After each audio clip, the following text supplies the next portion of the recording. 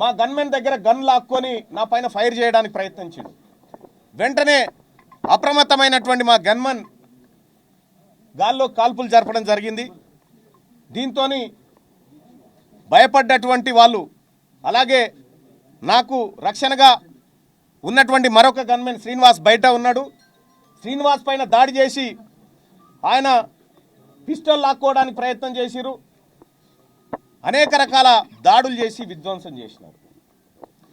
ఈ దానికి కరెక్ట్గా ఉదయం 9 గంటలకు బీసీల రాజకీయ పార్టీ రాబోతుందనేటువంటి అంశాన్ని మేము ప్రకటించడం, గంటన్నర తర్వాత ఈ కార్యాలయం పైన మా పైన హత్యాయత్నం జరగడం, కల్వకుంట్ల కవిత ప్రేరేపించి ఇక్కడికి తోలిచ్చి హత్యా ప్రయత్నానికి పాల్పడింది.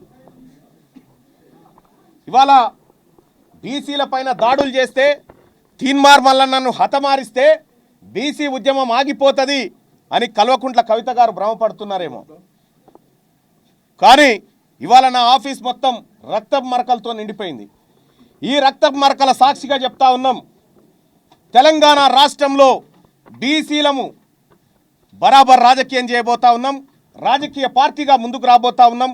ఈ హత్యా ప్రయత్నాలకు తెలంగాణ ఉద్యమంలో మీ నాయన 1200 మందిని చంపిండు. ఆ తర్వాత నేరెల ఘటనలో అనేక మంది మీ అన్న చంపిండు, లారీలతో దొక్కించి చంపిండు. ఇవాళ బీసీ ఉద్యమాన్ని అనసడానికి మీరు చేస్తున్నటువంటి కుట్ర ఏదైతే ఉందో దీన్ని సమాజం అంతా గమనిస్తుంది. గతంలో కూడా కేటీ రామారావు అనుచరులు కూడా గతంలో అనేక సార్లు దాడులు చేసినారు. దాడులు చేసి విధ్వంసం సృష్టించినారు. దాదాపుగా 60-70 సార్లు నా మీద కేసులు పెడితే ఏ ఒక్క రోజు కూడా తీన్మార్ మల్లన్న కానీ మా ఆఫీస్ సిబ్బంది కానీ ఎవరిపైన ఒక చేయి వేసిన పాపాన పోలేదు. మేమంత సామరస్యంతో ఉన్నాం. కానీ వాళ్ళ కల్వకుంట్ల కవిత గారు ఈ రకమైనటువంటి హత్యా ప్రయత్నాలకు కూడా స్కెచ్లు వేస్తారన్న విషయం ఇవాళనే అర్థమవుతా ఉంది. ఖచ్చితంగా తెలంగాణ రాష్ట్ర వ్యాప్తంగా బీసీలంతా ఎక్కడికక్కడ కల్వకుంట్ల కవిత దిష్టి బొమ్మలు నలగబెడతా ఉన్నారు. బీసీలను అనగదొక్కాలని చూస్తున్నటువంటి ఆమె పైన చర్యలు తీసుకోవాలని డిమాండ్ చేస్తూ ఉన్నారు. మేము కూడా ఖచ్చితంగా కార్యాచరణ చేస్తాం. ఈ దాడులతోటో, ఈ బెదిరింపులతోనో, ఈ హత్యాయత్నాలతోటో బీసీ ఉద్యమం ఆగిపోతుందని మీరు భ్రమపడితే నేను చెప్తా ఉన్నా, మీరు రాసి పెట్టుకోరి. రాబోయే 3 సంవత్సరాల్లో మిమ్మల్ని రాజకీయంగా పాతాళానికి తొక్కే బాధ్యత మాది. బీసీలము అణగారిన వర్గాలము ఈ రాష్ట్రంలో అధికారంలోకి రావడానికి మా ప్రయత్నంలో ఇసుమంతా కూడా తగ్గదు. మరింత రెట్టించిన ఉత్సాహంతోనే ముందుకు పోతాం తప్ప ఈ దాడులకు తీన్మార్ మల్లన్న భయపడు. ఇగో నా పైన దాంతో కొట్టడం జరిగింది. ఈ కొట్టినటువంటి నేను అడ్డుకోవడంతో మా బాలకృష్ణ మా గన్మెను ఆయన వెపన్ లాక్కొని నా మీద కాల్పులు చేయడానికి ప్రయత్నం చేశారు.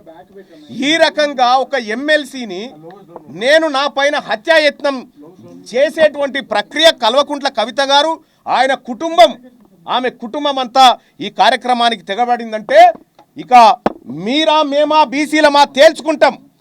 ఈ రాష్ట్రాన్ని 10 సంవత్సరాల పాటు దోచుకున్నటువంటి కల్వకుంట్ల కవిత కుటుంబమా, తెలంగాణ రాష్ట్రంలో ఉన్నటువంటి 2.5 కోట్ల బీసీ సమాజమా ఇక తేల్చుకుంటాం మేము.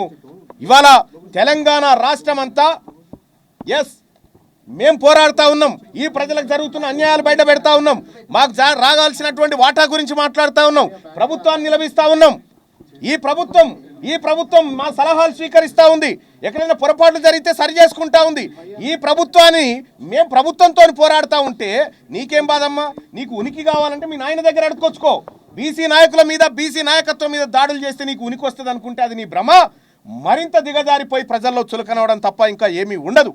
కాబట్టి కల్వకుంట్ల కవిత గారు, మీకు నేను చెప్తా ఉన్నా, మీరు ఇటువంటి చిల్లర మల్లర పనులు పనిచేసి మీ పంచాయతీ, మీ నాయన మీద ఉన్న ఫ్రస్ట్రేషన్ అంతా బీసీల మీద తీస్తా అంటే మేము ఒప్పుకోము. మీ అన్న మీద ఉన్న కోపం అంతా మా మీద తీస్తా అంటే మేము ఒప్పుకోము. ఖచ్చితంగా దీన్ని ఎదుర్కొంటాం. రాజకీయంగా ప్రజాక్షేత్రంలో ఏం జరిగిందో ఈ రక్తపు మరకలతోటే రేపు ప్రజల దగ్గరికి పోబోతా ఉన్నాం. చూస్తాం ఏం జరుగుతుందో. ఖచ్చితంగా మేము నమ్ముతా ఉన్నాం. ఫిర్యాదు చేయడం జరిగింది, పోలీసులకు ఫిర్యాదు చేయడం జరిగింది, సంబంధిత ఆధారాలను కూడా ఇవ్వడం జరిగింది. సో పోలీసులు తగిన చర్యలు తీసుకుంటారని అనుకుంటున్నాం. ఖచ్చితంగా కల్వకుంట్ల కవిత గారి ఎమ్మెల్సీ ఈ రకమైనటువంటి దాడులకు ప్రేరేపించి హత్యాయత్నాలు, సాటి ఎమ్మెల్సీ పైన హత్యాయత్నం ప్రయత్నించినటువంటి కల్వకుంట్ల కవిత గారి ఎమ్మెల్సీ సభ్యత్వాన్ని రద్దు చేయాలని చెప్పి నేను కోరుతా ఉన్నా.